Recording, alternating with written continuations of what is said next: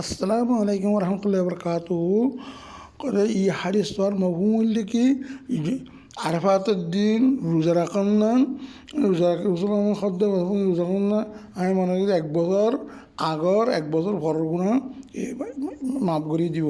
তো এই রসুলামের বেতন আগ্য রোজা আগ্য জিন্দিগি আগ্য হজ করে যাবে না কিন্তু কিন্তু রোজা না রাখে কিন্তু তারা রোজা না পুরা দুনিয়ার মোমান বেগুনে আর দিন কিনা রোজা রাখান না 1 বছর আগর পরের গুণা মাফ করিব যখন যারা হজ করিব তারা এগুলো রাখুন যায় কিনবা ওসলামে ন রাখে এত লাগলে কিনা খেলা বেশি তাপ বেশি ইয়ে হইব গেড়ে গেড়ে গেড়ে আল্লাহর কাছে যদি দোয়া করিব বেশি করে তো তাপ হইব এত লাগলে দুইখান বেশি আফজল আল্লাহর কাছে মগরিব তো ওসলাম না খাই নলে বেরো দোয়া করছে পরে আখের কিনা দু পেজ কিছু তুমি ওসলামে দুধ খাইয়ে